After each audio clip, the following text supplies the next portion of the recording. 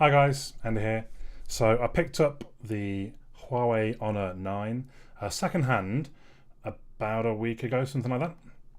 I got it because I really liked the Honor 8 when I bought it last year in Georgia, I think we were. Really solid device, very few weaknesses, and I was impressed with it. So I thought, well, I'd really like to try the Honor 9, see how that's kind of improved on what was already a very good phone.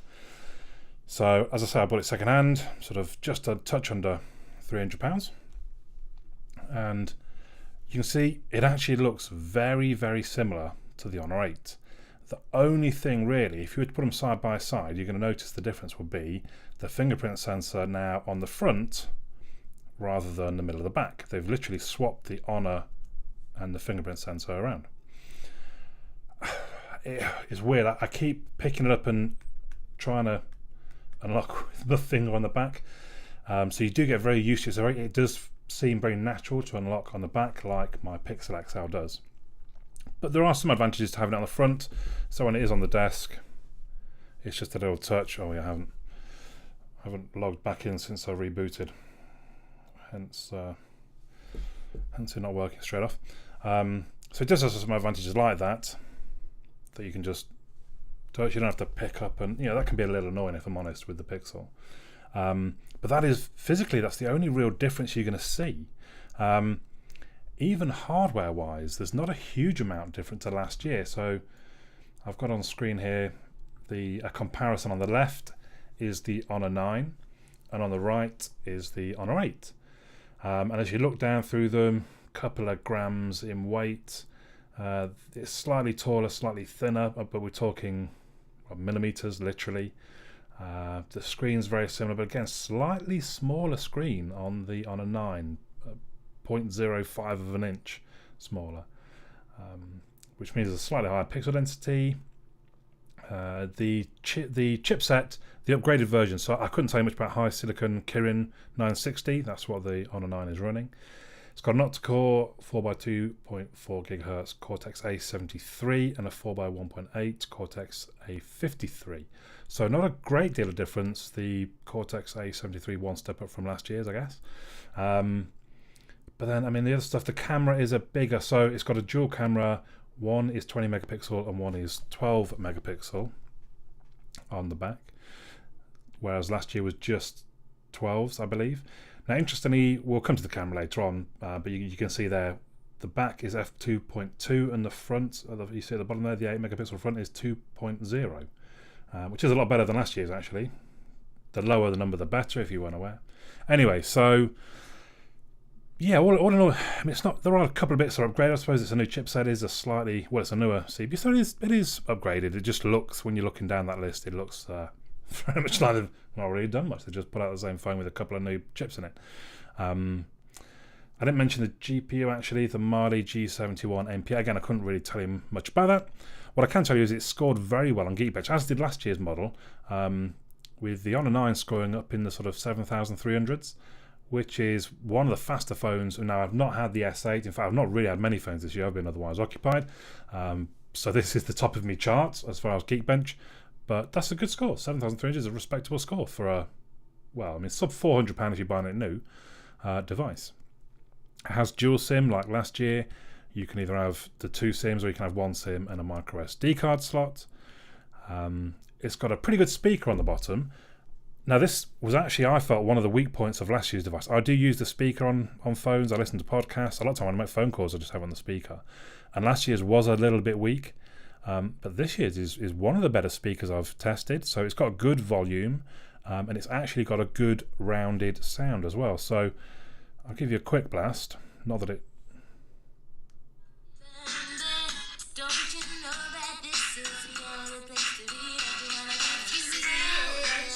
You did it again, my nigga. So I don't know how well that comes across on my microphone. Just a little bit of my podcast. There is a if you start the camera up, there is a live focus slider. Oh yeah. But I can tell you it's actually slightly louder than my Pixel XL. And my Pixel XL is a perfectly reasonable speaker. So I was quite impressed with the speaker on this. two things I did want to mention about the hardware, a strength and a weakness. We'll start with the strength. This fingerprint sensor is phenomenal. You see how quickly I tap that in it? Now I'm going to show you a finger I've not. So I can feel it vibrating like, nope, don't recognise. Do you see how quickly I tap that on there and it unlocks? That's ridiculous. It is so quick. And that's even, compare it up again, if I compare it to my Pixel, it just unlocks half the time. It is such an amazing fingerprint sensor. I mean, the amount of times I kind of pick it out of my pocket and the screen's on because I've touched the fingerprint sensor enough that it's recognised my thumb and turned the screen on. Amazing. But then though, let's turn auto brightness off, turn it right the way up. Now that looks fine, doesn't it? It looks good. It looks nice, strong, crisp. The colours look good. The digits and things look crisp. But actually, it doesn't. It's not actually all that bright. Again, it's kind of hard for you to see probably through the lens because the camera's going to adjust things to suit basically. But when I measured this with my light sensor, it came out quite a long way below most other devices. So things like the Samsung S7, even my Pixel, are up in the high 800s, very close to 900, and the Honor couldn't get past like high 500s. So just something to aware of. And again, in actual use, couldn't have told you. I didn't notice. It was only when I put the light sensor on that I realised it's not quite as bright as some others. Just something to bear in mind. It has obviously, well I say obviously, but last year's had it I think already, so you'd expect the Honor 9 to have the Type-C connector on the bottom. Thankfully most devices seem to be going this way now, so I haven't got to, unless I'm having to pull out my micro USB cable. More often than not it's to recharge like headphones or something like that. So that's good. The software it comes with is Android 7.0. There we go, 7.0. EMUI version 5.1. Now, what I can tell you actually as well, I know everyone likes stock Android. I like stock Android. And you don't like the manufacturers mucking about with your settings and things like that. But actually, Huawei have added in quite a lot of good additions. So, unlike last year, you can have a drawer, you can have an app drawer, which you can see I've got just there. Or you can have it their way, which is just, well, I call it iOS way, really. Which, why would you want that? Doesn't make sense to me. I mean, I can't go through all of them, but so eye comfort, filter out blue light to help relieve visual fatigue. So you can turn it on, you can set a time frame for it, you can set if you want it cooler or warmer. Font sizes, screensavers. There are lots of little, as you sort of figure around in the settings, you keep coming across these little funky little things. Battery percentage, you can have it next to. There's just so much of it is customizable. I didn't really show you the lock screen, so let's do it now. So when you turn it on, I like that you get a different picture every time. I don't know if it's downloading it each time or it stores them somewhere on the device, but I quite like they're nice pictures. And if you sweep up from the bottom, you have things like a torch, you can get to the calculator, timer, things like that. So I think that's quite handy. There's just so many of these little things that they're actually quite handy, basically. Floating dock.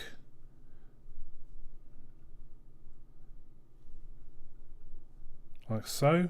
Just I don't know. They've actually put some really good stuff in there. Glove mode at the bottom. Look. Motion control is the one where we get now. I couldn't get the knuckle gestures to work properly.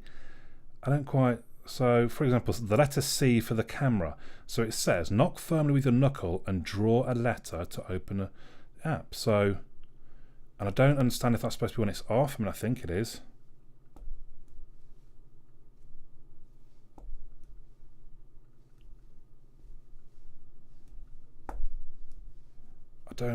Why would it be?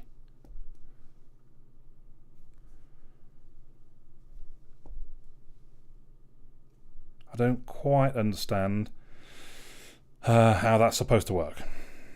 Smart screenshots. Oh, split screen. So we do have split screen, which I forget actually what point that became standard on Android. Was that 7 or 8? I can't remember. I do apologise. But I mean, that's not particularly something I would use, to be honest. But I've lost my settings now. Went back into the wrong thing. But yeah, there's just so many sort of nice little additions that I keep coming across. Oh, AppTwin actually. Let's show. I mean, again, not something for me to use, but you can log in with 2 different accounts on the same app at the same time. Could be useful to some, I guess. Well, we'll come to battery later on, but again, there's all sorts of clever little additions, basically. So, as I said, I mean, I could spend ages. Was there anything else? Let me just check my notes. Yeah, the home screen, the gesture, the swap. Somewhere you can basically change. So I did change back. Really, on Android, back should be the left one, and that should be the app switcher. I'm not going to lie. I prefer it being that first one here and have an app switcher over on the other side. It just seems a more logical way to me, if I'm honest. So I know, naughty me, going against what Android says. So it did come, I think it was in the unboxing that I showed you, can uninstall quite a lot of things that come with it. So mirror, for example. Come on. You can uninstall a lot of the things that they install for you. You can get rid of. There was a few bits that you couldn't. I can't remember which it was now, to be honest. So you get, like, I've got some various different games installed here that I'm really not for me. But they let you install them, so I have no problem with that. I mean, you've got plenty of space with the old. I think this one's 64 gig. But should you wish to get rid of them to clean up, you can do. See more apps, games. You can theme it. I'm not massively into themes, but that's all built into the Honor 9, should you want to. So software-wise, I would say, actually, it's pretty good. It's pretty good. So I'm going to move on to the dual lenses on the back. So I believe one of them is black and white and one of them is colour. Not to take black and white pictures, but in a black and white sensor you get better contrasts. So it takes the two pictures, it takes the data and information from those two to combine to give you one better image. And generally I would say, yeah, it was would I say pretty good? I think I'd say pretty good. Not amazing, not fantastic, but definitely I would say good enough. Well, you know, these are the images. Judge for yourself, I guess. But yeah, I thought it was a pretty good camera. It's not, you know, I don't think it's better than my Pixel XL. That is one of the best cameras, I think, that you can find in a smartphone. But it was okay. It's good. The front camera seemed to be okay. Video wise, yeah, it was alright. In some ways, maybe the colours didn't pop as much as they do with some. And I'm fairly sure I saw kind of some jerkiness and panning at times, but on the whole, yeah, it seemed a good camera. It was, you know, definitely not an issue. It's not something, if you like to take pictures, I don't think that this gives you any concern. The front-facing camera, fine, no problems at all. Low light performance, not too bad. Again, not as good as some other devices. I think you can see the kind of the frame rate dropping in some of the videos in low light. So generally, yeah, it's okay. So it's a good enough camera. It's good. Yeah, no worries, no problems there. We'll move on to the battery. It's a non-removable LiPo 3200 mAh battery. Generally, I found it to be very good. It gets me through the day. Most times I'm going to bed, I've got 50% left on the device. You can't ask a great deal more than that. Last night I think I was at 50 or 49. I thought, well, okay, let's not charge and let's see what we're like in the morning. I think my Pixel would probably drop maybe 5% in the night. And it did lose about 20% overnight, which was a little bit of a surprise, I suppose, basically. But in my testings, it did okay. It scored 89%, kind of middle of the pack.